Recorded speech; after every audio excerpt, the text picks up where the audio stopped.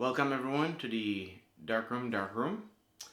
This is the first video I'm doing. I'm just trying to set up and see if the lighting and the camera positions work. I'd like to take more videos in the actual darkroom. This video is going to be me trying to do my first 16 by 20 print, which is large. It's bigger than anything I've done before. And the paper is very expensive, and so I'd like to not make dumb mistakes. So this is what the print drum is going to look like for doing the 16 by 20 print, and this is what the print drum looks like for doing 8 by 10 prints, which are much cheaper. And so what I plan on doing is figuring out how to do a 8 by 10 print, and then raising up the enlarger, taking another measurement with the densitometer, and trying to figure out how many stops to adjust my timing, and hopefully I should get a pretty good print from the first go. The purpose here is not really to get a keeper. The purpose is just to try out the new equipment, see if I can make a 16 by 20 print. So I'm using black and white instead of color to eliminate variables. And yeah, I don't know how this is gonna go, and I've never done a recording of a darkroom process, so I have a microphone on the camera right now, and once I go into the bathroom next door to do the actual printing, I'll record myself with a different camera without a microphone, and I'll just dub it if I feel the need to afterwards, so the audio might change. Okay, step one is going to be to focus, so let me take care of that real quick. I need to take off my glasses to see, and I think that'll do it.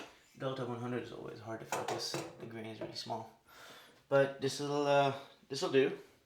And I have the easel set for 8 by 10. So let me figure out exactly. So this area is going to be shadows. This area is going to be highlights. So let me meter for the bright part here. So I'll set the sensor, take a measurement. Actually, I have to turn off the extra lights. I have some extra lights here turned on. So let me turn those off and then take the measurement.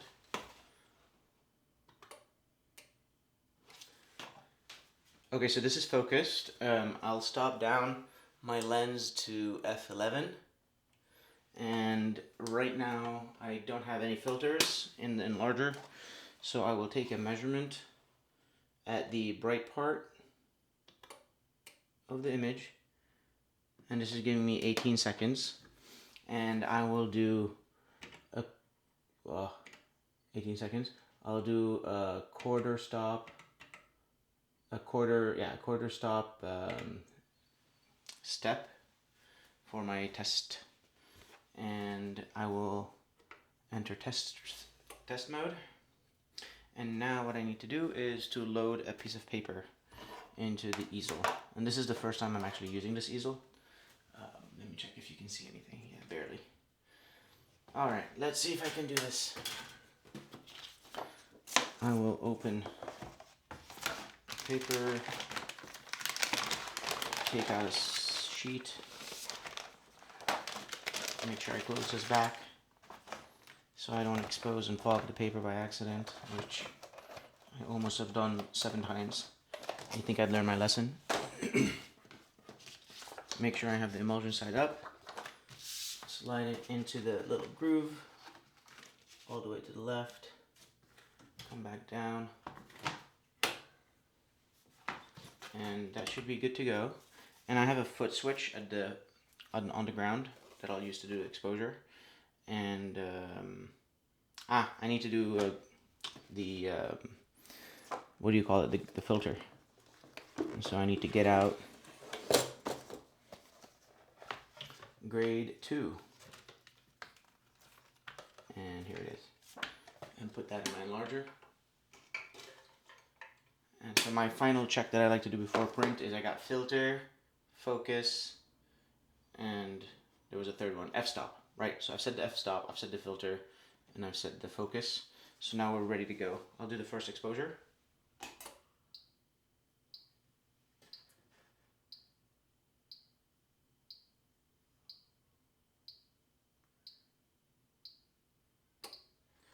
And then the second, third, fourth, fifth,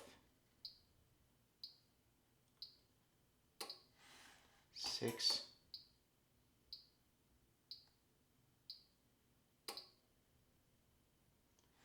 and the seventh.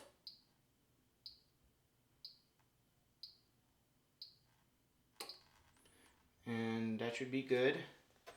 So now I will take the paper out of the easel and let me put this easel back down so I can get on top of it. And I'll get my Jobo tank, which I have misplaced. There it is. Open the lid. Take out the film core. Wrap it around.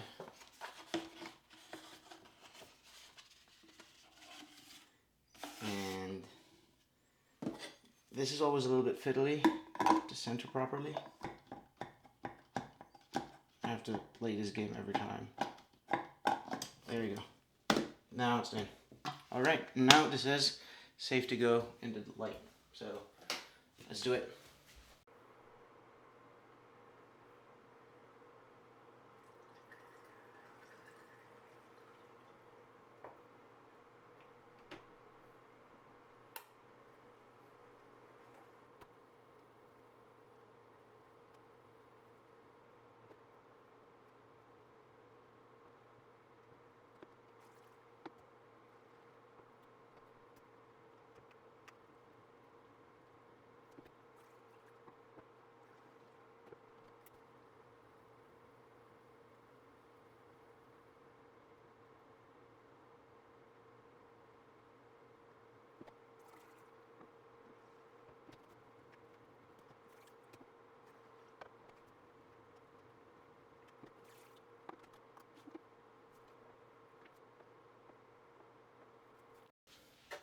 And here's the result of that. I'm happy that it actually worked. I've never actually done a black and white drum print.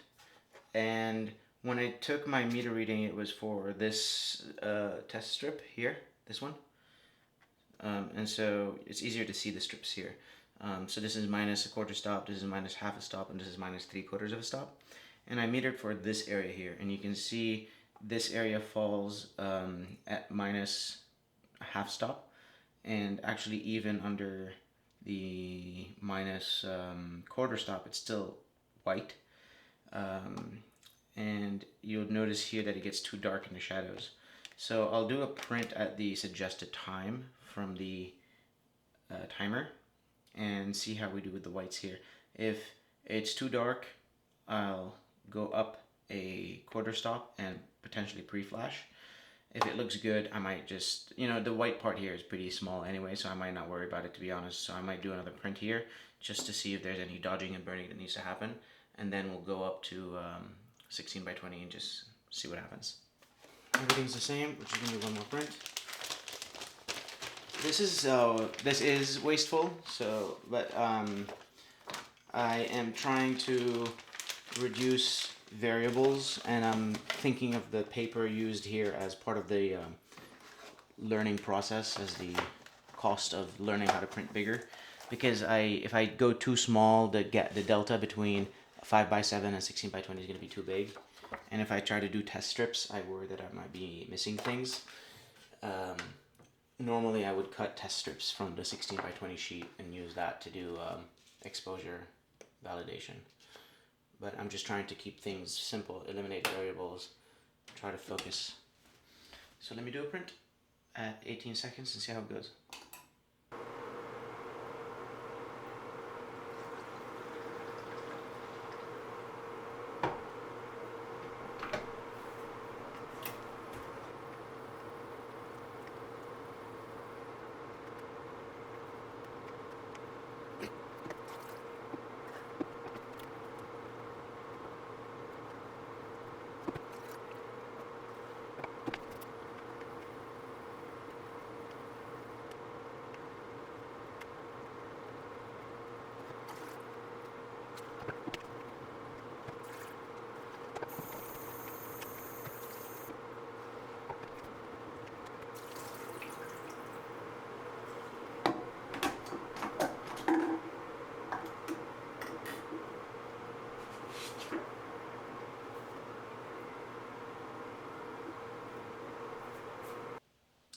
here's the final result.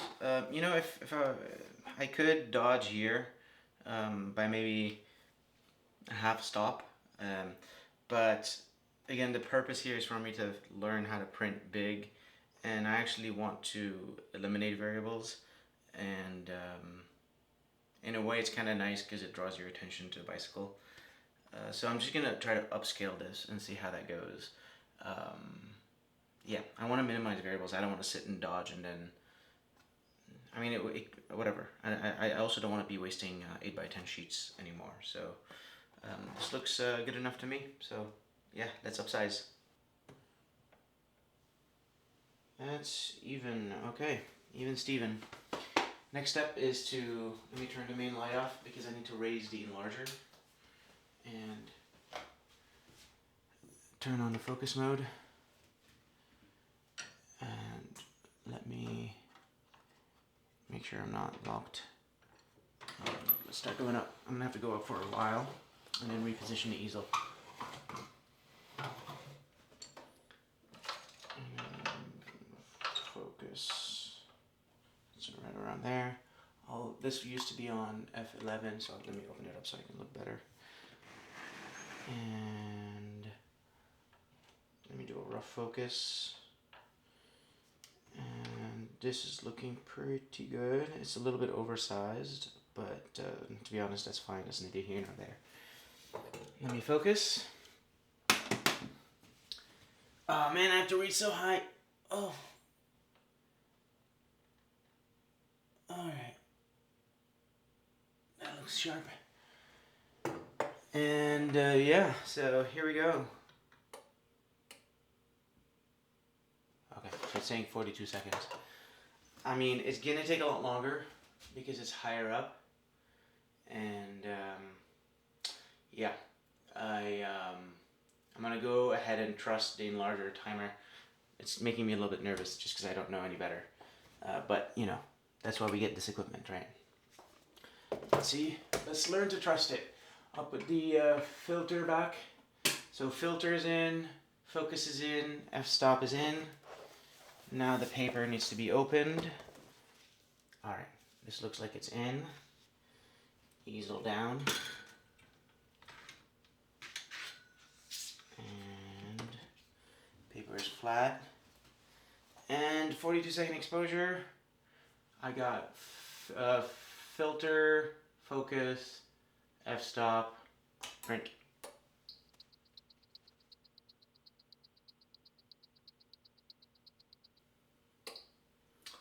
Alright, I got the drum here on the ground. Let me take out the paper from the easel after exposure.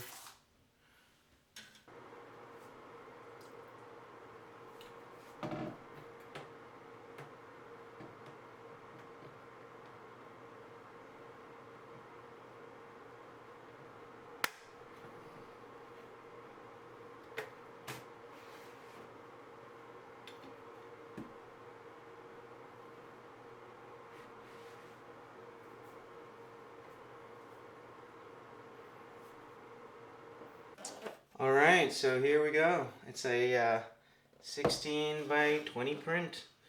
And it looks beautiful. I mean, it's stunning. I mean, I'll be honest, there's details here I didn't even realize were in the photo. This painting, I think, here. And being able to, like, really get close to the photo, it's kind of magical.